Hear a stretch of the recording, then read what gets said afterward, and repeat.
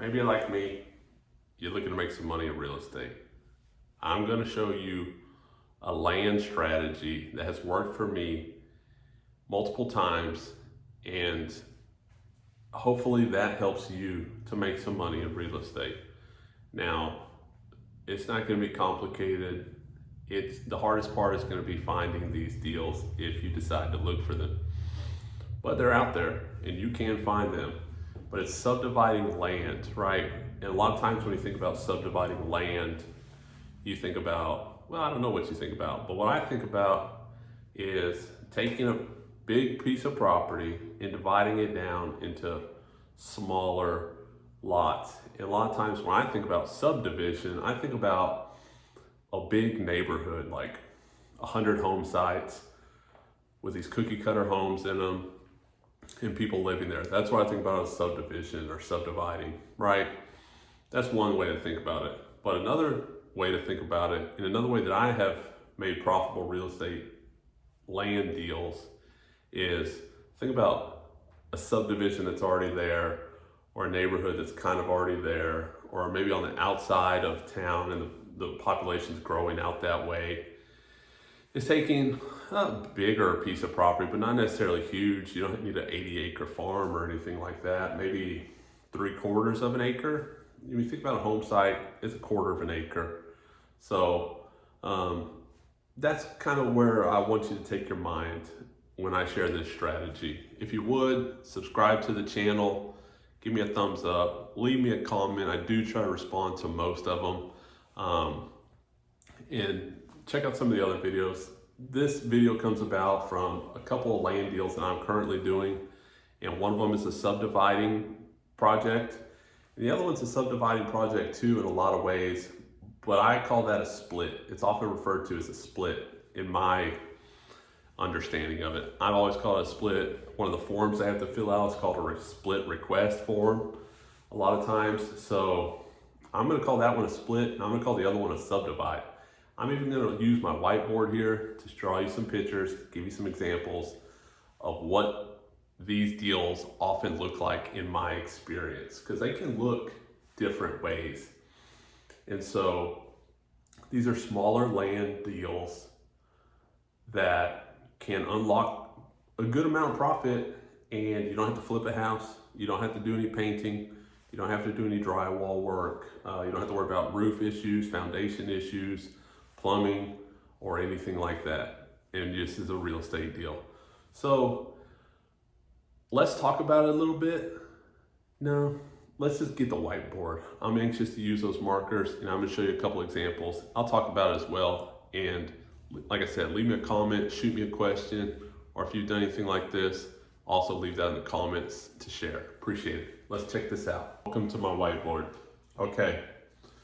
These are Amazon lights I bought for the studio. Gives me a little better lighting. I don't know how to reflect, it's not my area, so deal with me there. There's another light, but right here. These are common ways that I see splits available.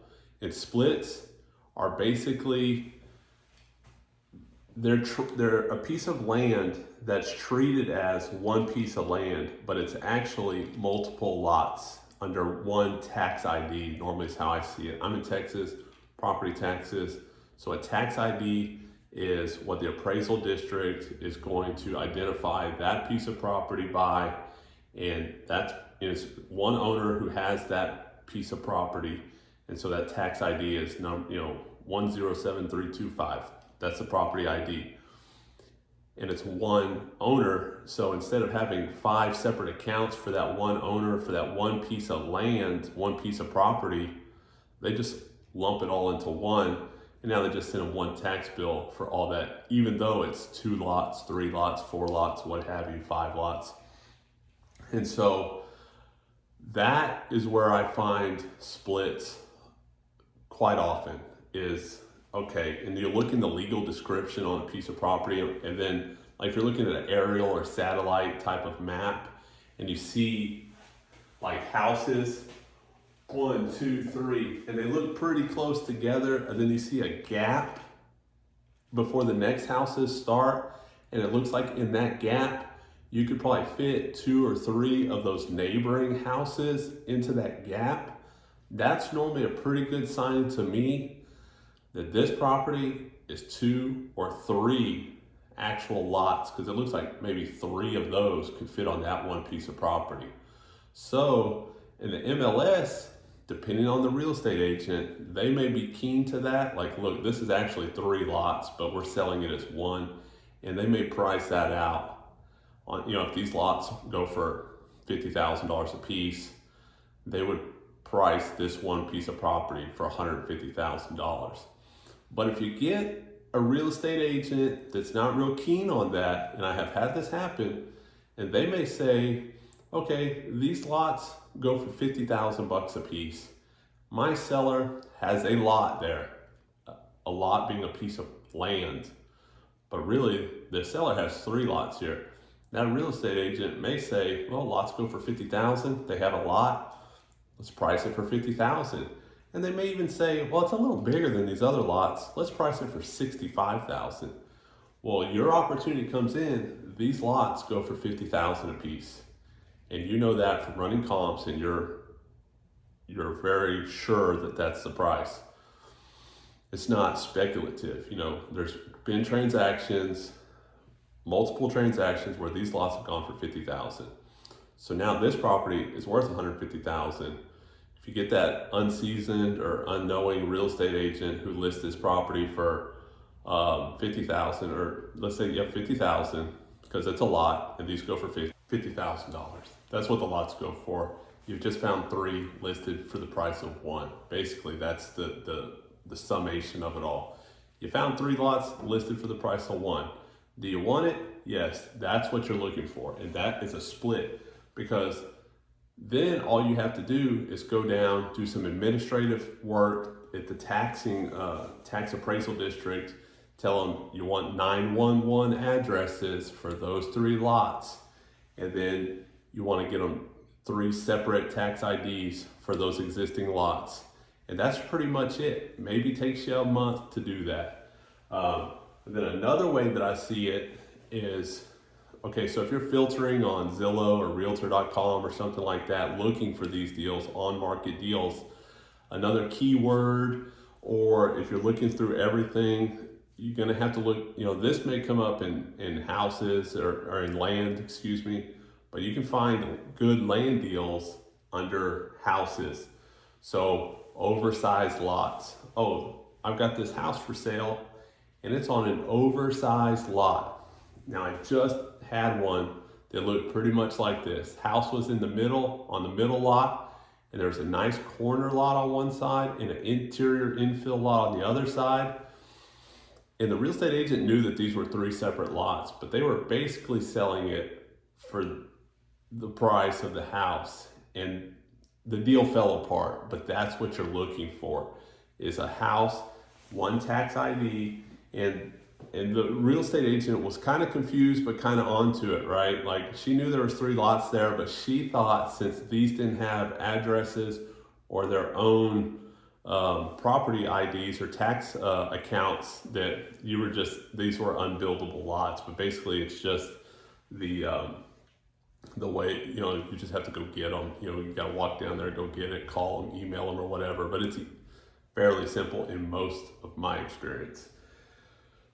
It was part of an estate, deal fell through. That's a whole nother thing. But I put them all under, actually, I got them to just sell me the lots, is where the contract was headed.